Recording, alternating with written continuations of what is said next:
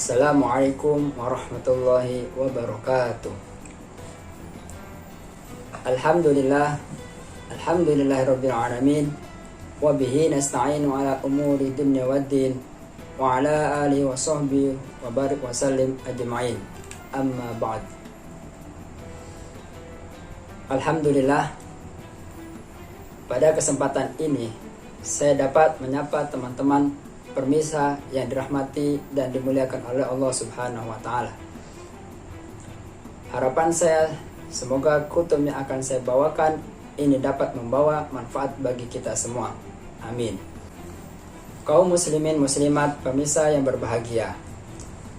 Sebagaimana yang kita ketahui bahwa puasa adalah salah satu ibadah terbesar dan sebaik-baiknya amalan ketaatan. Dan puasa Ramadan adalah puasa tertinggi dan wajib hukumnya bagi semua umat muslim. Allah Subhanahu wa taala menyatakan bahwa amalan puasa adalah untuknya dan Allah lah yang langsung memberi balasan yang berlipat-lipat ganda. Dikhususkan dengan pintu surga dan dipanggillah orang-orang yang berpuasa darinya untuk masuk ke dalam surga. Dan tidak akan masuki surga lewat pintu tersebut kecuali orang-orang yang berpuasa. Hadirin rahimakumullah. Puasa adalah suatu kewajiban yang Allah wajibkan kepada Kanjeng Muhammad dan disampaikan kepada umatnya. Namun untuk melakukan amalan puasa tersebut tidak hanya sekedar untuk mengamalkannya, akan tetapi melakukan amalan berpuasa ialah kita harus mengetahui syarat-syarat hukum dan perkara-perkara yang membatalkan puasa. Pemirsa yang dirahmati Allah Subhanahu wa taala. Pada kesempatan kali ini saya akan menguraikan sedikit permasalahan tentang puasa, yaitu menerangkan tentang syarat-syarat wajib puasa. Saya akan mengambil pembahasan tentang puasa dari kitab Fathul Qorib, yang mana Fathul Qorib adalah karangan Imam Abi Abdillah Muhammad bin Qasim Al-Ghazi. Bismillahirrahmanirrahim. Kitabu Ahkamis Siyam wa huwa wa shaum masdarani ma'nahuma lughatan al-imsak. Lafaz as-siyam dan as-shaumu keduanya adalah lafaz masdar, yang mana maknanya menurut bahasa ialah al-imsak, menahan. Menahan apa saja itu? Menahan dari makan, menahan ucapan, atau menahan untuk berjalan. Itu puasa menurut bahasa. Sedangkan puasa menurut syariat, menurut syariatnya ialah al-imsaku an muftirin binyati maksusatin jami'i nahari qabili somi min muslimin akilin tohirin min haidin wa nifas, yaitu menahan dari perkara yang membatalkan dengan niat yang dikhususkan sepanjang hari bagi seorang yang berpuasa, yang muslim, yang berakal, juga suci dari haid dan nifas. Itu puasa menurut syariatnya. Pemirsa yang insyaallah dirahmati Allah Subhanahu wa taala. Langsung masuk pembahasan tentang syarat-syarat puasa. Wa syarat itu wujub siyam salah satu asya. Adapun syarat wajib berpuasa yaitu ada 3 perkara. Dan dalam redaksi yang lain atau kitab yang lain menerangkan bahwasanya syarat wajib puasa itu ada 4. Yang pertama, seseorang tersebut harus Islam. Maka syarat wajib yang pertama untuk melakukan puasa, seorang tersebut harus beragama Islam.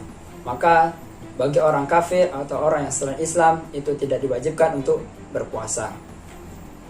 Dan yang kedua, syarat wajib berpuasa ialah wal bulugh, yaitu seseorang tersebut sudah balik atau sudah sampai waktunya.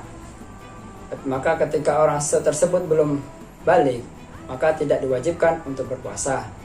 Akan tetapi bagi seorang wali atau orang tua yang mempunyai seorang anak, ketika berumur 10 tahun itu hendaknya untuk menetapkan sholat dan juga memerintahkan untuk berpuasa apabila seorang anak tersebut sudah mampu untuk berpuasa. Dan yang ketiga, syarat wajib puasa ialah berakal. Maka wajib puasanya harus berakal. Maka bagi orang yang gila atau ayan-ayanan, intinya selain orang yang berakal, itu tidak diwajibkan berpuasa.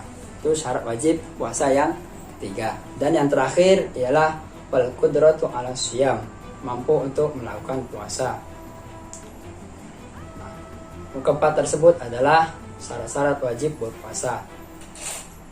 Masuk pada fardu-fardunya puasa. Maka ketika setelah memenuhi syarat-syarat wajib puasa, maka masuk pada pembahasan tentang fardu-fardunya atau rukun-rukunnya di dalam berpuasa. Wa faraidu as-shaumu arba'atu asya'. Bahwasanya fardu-fardunya puasa itu ada 4 perkara. Ahaduha an-niyatu bil qalbi. Yang pertama dari keempat fardu tersebut ialah niat di dalam hati. Niat puasa di dalam bulan Ramadan itu berbeda dengan niat puasa yang lainnya, puasa-puasa yang lain. Sedangkan puasa di dalam puasa Ramadan, niat di dalam puasa Ramadan itu harus ditetapkan pada malam hari. Sedangkan ketika puasa-puasa sunnah itu seorang tersebut boleh melakukan niat pada pagi hari ketika memang seorang tersebut lupa untuk niat pada malam harinya. Yang pertama, niyatu bil qalbi.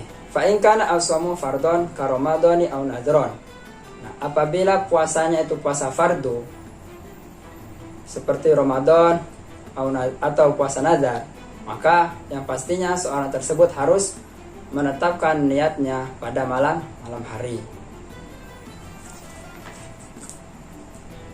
Wa yajibu at-ta'inu fi shaumi Ramadan ka Ramadin. Dan seorang tersebut wajib menentukan dalam puasa fardu seperti puasa Ramadan. Maka seorang tersebut ketika puasa Ramadan dia wajib menentukan niat puasa fardunya. Wa akmalu niyatus shaumuhu ayyakula syakhsun. Adapun sempurnanya niat puasa Ramadan atau puasa fardu, seseorang itu harus mengucapkan sebagaimana lafaz yang sudah dituliskan oleh Kiai Musonef dalam kitab Fathul Qoribnya yang berbunyi, nawaitu shauma ghadin an adai fardu ramadhani hadis sanati lillahi ta'ala. Nah, itu adalah niat puasa fardu. Jadi seseorang tersebut ketika puasa fardu harus menentukan fardunya, yaitu disertai lafaz fardu. Nawaitu shauma ghadin an adai fardu ramadhani lillahi hadis sanati lillahi ta'ala. Aku berpuasa hari esok dan menentukan fardu Ramadan pada tahun ini karena Allah Ta'ala. Dan niat itu tersebut ialah sempurnanya niat. Sedangkan sedikit-sedikitnya niat puasa itu ya nawaitu shauma Ramadan. Itu menurut di dalam kitab Syekh Imam karangan Syekh Imam Nawawi itu sudah cukup bagi seorang untuk meniat puasa bulan Ramadan dengan sedikit-sedikitnya niat nawaitu shauma Ramadan. Pemirsa, ya insyaallah dirahmati Allah. Masuk pada fardu yang kedua atau rukun yang kedua pada puasa Ramadan ialah al-imsaku an akli wasyurbi, yaitu menahan dari makan dan minum. Wa in akal al-makul wal mashrub inda ta'amudi. Nah, meskipun perkara yang dimakan atau yang diminum itu sedikit ketika makan dan minumnya itu sengaja, maka batal puasanya ketika seorang tersebut makan dan minum. Fa'in akala nasiyan au jahilan. Nah, apabila seorang tersebut makan atau minum dalam keadaan lupa atau seorang tersebut itu tidak tahu tentang perkara yang membatalkan puasa, maka seorang tersebut puasanya tidak batal apabila makan dan minum dalam keadaan lupa. Wa in kana qariban. Nah, dan juga apabila seorang tersebut itu baru masuk Islam atau dia hidup jauh dari ulama, maka ketika dia makan dan minum lupa, maka tidak batal puasa seseorang tersebut.